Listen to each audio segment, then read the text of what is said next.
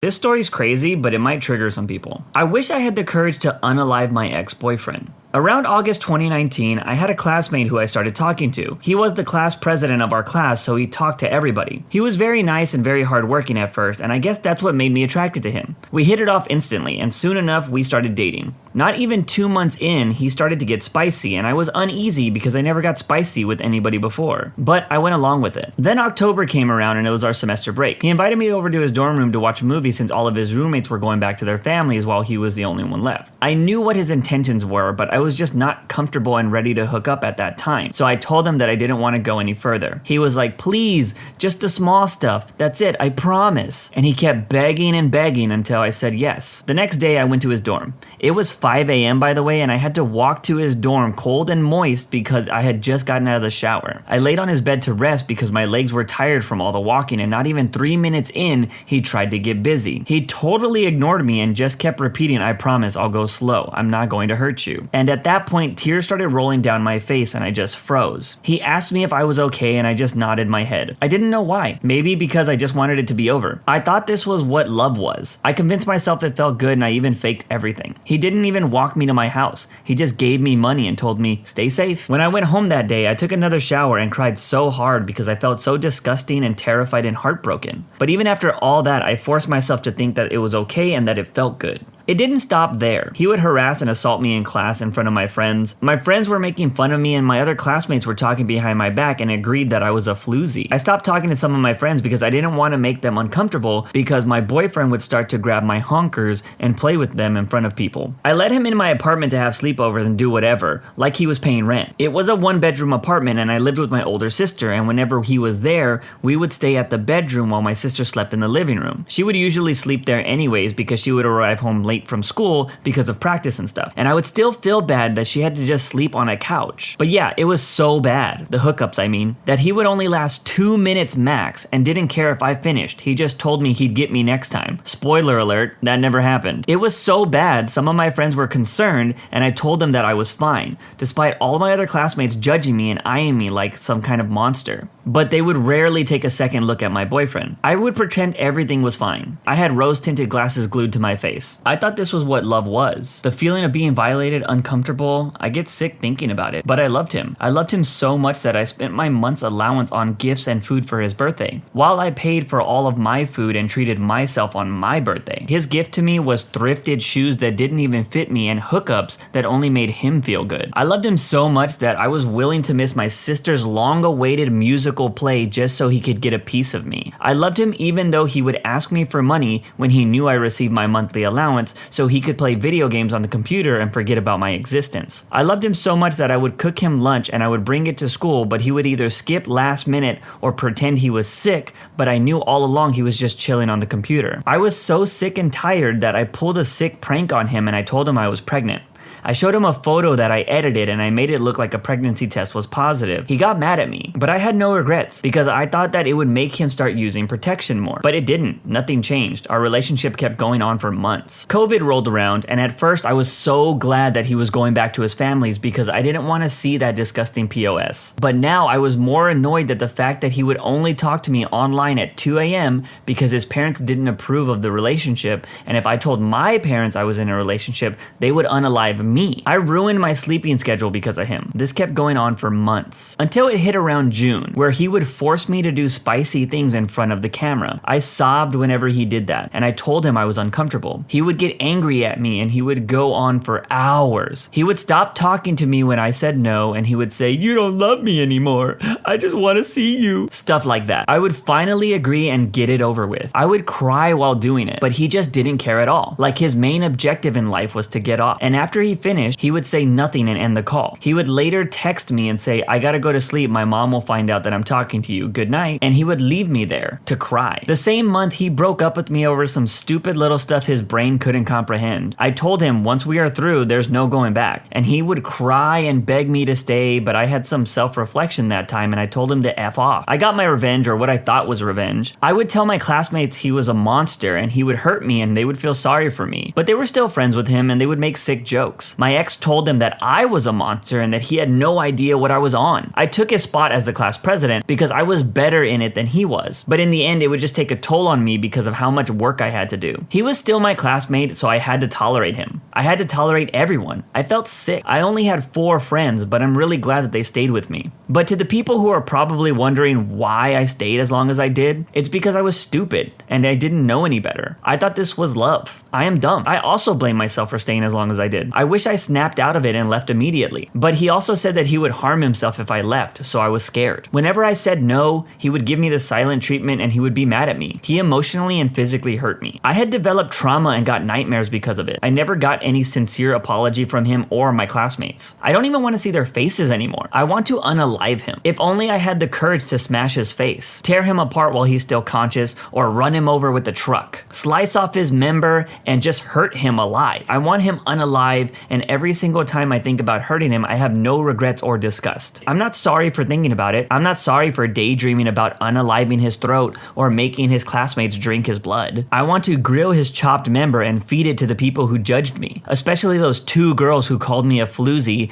when they themselves can't live without male validation or a member inside them. F everyone. F my ex-boyfriend. I can't even imagine that he's currently in a school for ministers. How could he ever live without spice in his life? And how could he ever face some God knowing what he did? My last words to him were, "You deserve a special place in hell." This story was intense. Obviously, there's a lot of trauma in this story, and I think after what the OP went through, her extreme thoughts are pretty natural to have. As long as she doesn't act on them, I don't think there's a problem here. The sad thing about this whole post is it's way too common in relationships. I know so many women that have these exact same stories, and I myself even dated a woman who said she would harm herself if I left her. So this is an all too real story, but I hope the OP can get some help for this trauma and hopefully move on to better things. Also, her ex-boyfriend is a total POS. This next story is not as intense. I am jealous of my friends who don't have their lives together. I, 23 male, have my life pretty together. I graduated with a degree in computer science and I work as a software engineer in a healthcare company. I make a decent amount of money for my age and I live with my good friends. I never have to worry about rent or having enough money for food,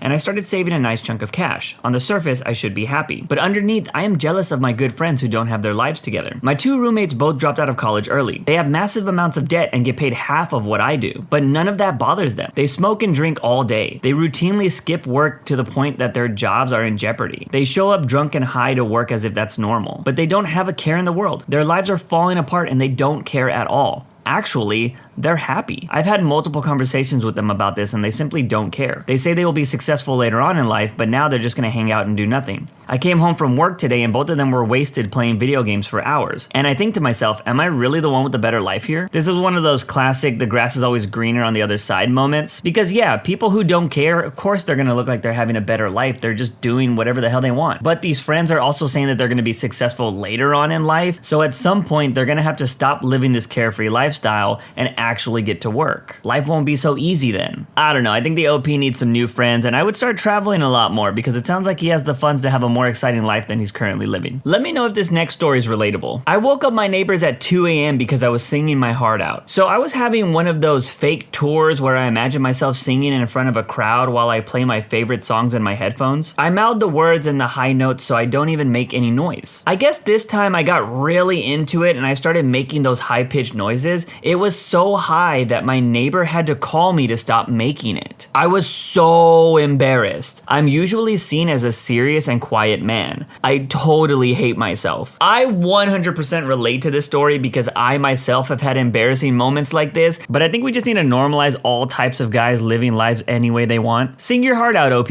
This next story is kind of sad. My sister was left for dead in her dorm room for 4 days. It was 4 days until she was discovered. We called for a wellness check, but the uni told us we didn't need one because she was 18. We pushed and her dorm supervisor was allowed in her room with a police officer. Her body had already started to turn. The night she passed, I was hanging out at a film student event at my uni with my friends. I hate myself for it, for drinking beer and laughing while she passed and not knowing. My last messages to her were memes. We always did that for each other. I wish I could have done more for her. I feel guilty every single day. The anniversary of her passing is in a few weeks. This sucks every year. I call it Hell Week because you feel every single scraping second that drags on by knowing that she was left there all alone, no one looking for her. I'm devastated and I miss her a lot. I regret not doing more every day. She was my best friend, my little sister. She deserves better, and I didn't give her that. I feel for the OP here. It's easy to put the blame on yourself in these situations because you don't want to think there was anything wrong with somebody you loved, but humans are complex and sometimes hard to understand. I think if the OP hasn't tried therapy to deal with this trauma, I think it would be worth a shot. This next story will be interesting if you like TikTok. I think TikTok should be banned. TikTok should honestly be banned for so many reasons. It just has people glued to their devices watching endless hours of stupid, pointless videos of people twerking and stuff. TikTok is also an app full of nothing but people saying you're not perfect the way you are. More so for girls than boys. For example, my niece is underage. Not giving the exact age because of obvious reasons, she had TikTok for a long time. She is not even allowed on the app anymore because she kept watching endless videos with people saying inappropriate words, she would see people twerking, and she would hear songs that a girl her age should not be hearing. So my family convinced my sister, her mom, to have the app removed from her phone. Now in another case why TikTok should be banned is because it makes girls think they aren't perfect the way they are. As someone with an old mindset, when I see girls out in public with their attitudes, the way they dress, and all this makeup, I'm 100% sure it's all because of this damn app influencing the way they make their appearance. So some 69-year-old man can look at them and get excited. That's not even mentioning all the underage girls on this app that twerk and shake their butts just to make more creepy men come after them. TikTok is doing nothing but controlling our minds and saying we are not perfect, which is BS. There's kind of a lot to unpack here. I do think children of a certain age shouldn't be on social media, and I do think TikTok can be bad at times. It's still in the very early stages of popularity. I'm actually waiting for TikTok to have like an adpocalypse much like YouTube did, or have something major happen on the app that's going to require big changes. But at the same time, I think TikTok has a lot to offer, and I think it's up to parents to make sure their kids can be kids, instead of getting caught up in social media influence. With this next story, let me know if it's relatable. Music gets me off better than my husband. I should start with that I've never written a confession on here before, but I'm gonna give it a try. My husband and I went down to Mexico on a 4-day weekend where we were supposed to get married. We canceled due to family drama and ended up getting married later in the year. And we had the weekend off already, so it seemed like it fit. We stayed in a very nice hotel right on the beach and did a lot of Molly throughout the weekend. We had some of the best times we've ever had in our relationship, with or without hooking up. And I will say, the hooking up was fantastic. On the second night, we ended up popping our first capsules at a very cute beach bar with food and drinks where I was able to keep my feet in the sand as we ate dinner. And we did a lot of tequila shots. Our server definitely picked up quickly that we were on something, and he read the room. He was attentive, but it didn't kill the vibe. Followed up the beach bar with a nightclub, and also on that beach, I'm positive it was full of drug dealers and cartel members. No judgment, but added to the vibe. While at the nightclub, I had to pee. Lots of tequila and Mary Jane does that to you, no matter the place. I ended up going to what I came to find out later was the staff restroom. I realized this because it was a single restroom as opposed to stalls. As I was peeing, I started to ride one of the many waves of some really good substances. Glass Animal's Heat Wave came on the loudspeakers. The bass allowed it to just flow as I sat down and stared up at the single light that was on the small toilet, and I swayed with the music. As I sat down and enjoyed this wave, I had the most intense "oh" I've ever had. I could feel every single beat in the song through my C. This is where the confession comes. As my husband is currently playing video games in the living room and my now baby is asleep in his room, I just showered and decided to enjoy myself. Trying to find a good video nowadays is hard because I watched a lot while pregnant. I was a very frisky pregnant woman. So I logged into Spotify and popped on This Is Glass Animals. As I did so, I thought about that night and that wave. I love my life now, but sometimes I wish I could go back down to that little beach in Mexico and roll balls with my husband. I know it'll never be the same, but a girl can fantasize. As someone who doesn't party like the OP, I'm always curious because people love to talk about their feelings they experience while on substances. But I don't know, I don't think I want to live a life where I won't be able to recapture a certain feeling in life. That's just me, I guess. What are your thoughts? Let me know if this next story is you. I get a lot of male attention from some of my male friends, and I like it.